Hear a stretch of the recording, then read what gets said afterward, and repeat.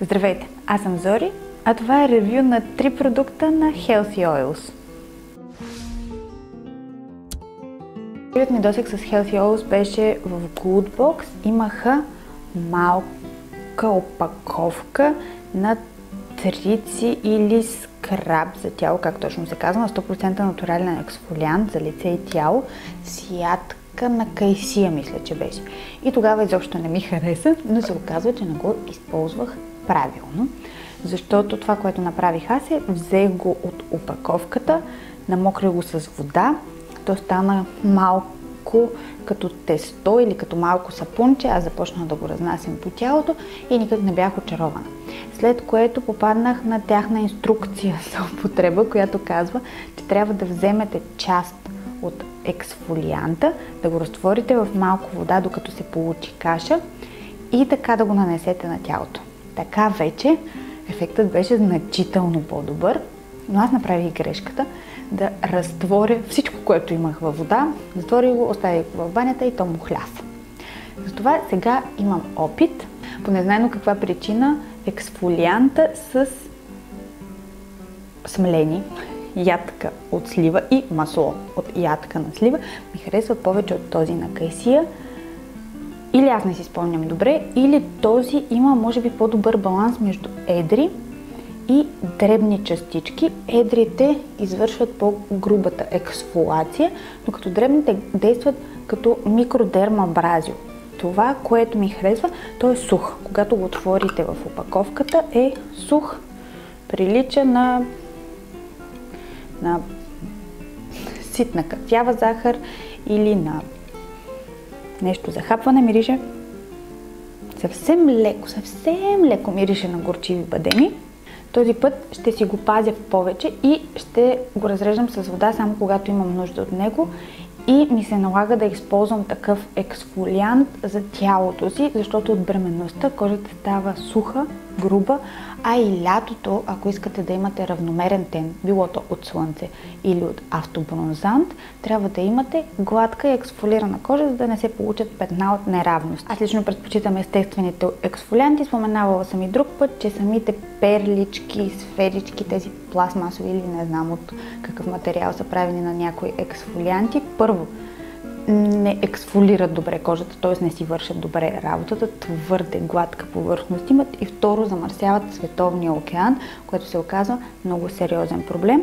Затова това ще използвам за тялото си, а за лице имам една домашна рецепта за микродермабразио, много лесна, която използвам най-често, но за момента се въздържам от механичната ексфолация, защото използвам крем с 12% гликолова киселина, за да премахне някои белези, които ми останаха след избухването на хормоните в началото на бременността. Вторият продукт е тази симпатична бутилка розова вода. Бих казала, че с розова вода не може да сгрешите, но това би го казала аз. Съпругът ми Гена има резерви, смесени чувства, може би по-скоро негативни чувства вече към розовата вода, защото той е един от малкото хора, които имат алергия към розова вода. И тя се дължи на естествено съдържащи се съставки в етеричните масла. Това са цитроненол, не знам дали го произнасям правилно, цитронелол, гераниол и линалол. Това са естествени консерванти, естествено се съдържат в етеричните масла, но не на всяка кожа понасят. За щастие, аз не съм така и с радост си използвам тази розова вода. Единственото, което съжалявам е, че не става за пиене, защото покрай друга марка розова вода свикнах да си я пия, тъй като страшно много ми харесва аромата. На някой може да им мирише старомодно, на мен ми мирише опияняващо, пролетно, романтично и какво ли не. И третият продукт в това ревю беше в мартенският Good Box, 100% натурално студено пресовано масло от ядка на праскова. Не бях използвала до сега масло от ядка на праскова и това е мой пропуск, защото се оказва разкошно масло.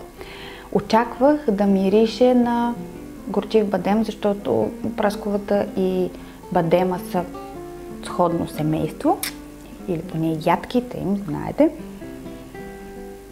Не мирише на почти нищо или има съвсем лека сладникава миризма. Направи чвъц, защото когато го отворих, то имаше дозаторче, което просто изхвърча. Така че сега си нямам дозаторче. И това малко ще ми омазни етикета отвън. Маслото е много леко, много бързо попива в кожата, без да остава мазен филм. Оставя я гладка и подхранена. Аз естествено проверявам комедогенния индекс на всяко масло преди да го използвам, защото моите пори са ето така и са запушени. Маслото от ядка на праскова има комедогенен индекс 2, което е наравно с маслото от жожоба, или с други думи не запушва при употреба дори мазната кожа, може спокойно да го използвате. Още по-подходящо е за суха и застаряваща кожа и е едно от онези масла, които казват, че имат озаряващо действие и правят кожата ви да изглежда по-млада, пухкава и свежа. Обещава да подхрани миглите. Аз до сега съм използвала само 2 пъти, което е крайно недостатъчно, за да видя ефект. Може би ако го използвам 3 седмици, ще мога да кажа повече. Използвам само него. Иначе възнамерявам, може да се използва и за маски, за коса, за масаж на тяло или за подхранване на тяло, за каквото се сетите, но аз мисля да си го пазя за лице, защото много пасва на кожата ми, която иначе е капризна и която не понася почти никакъв крем. Изключваме този с гликоловата киселина. Вие използвали ли сте продукти на Healthy Oils и какво е вашето мнение за тях? И ако има някой продукт, който не сте използвали, но искате да използвате, кой е той? Ще се радвам да ми споделите в коментарите под това видео. Благодаря ви много, че бяхме заедно. Ще се видим отново в следващото видео, а вие се усмихвайте повече и бъдете здрави. До скоро!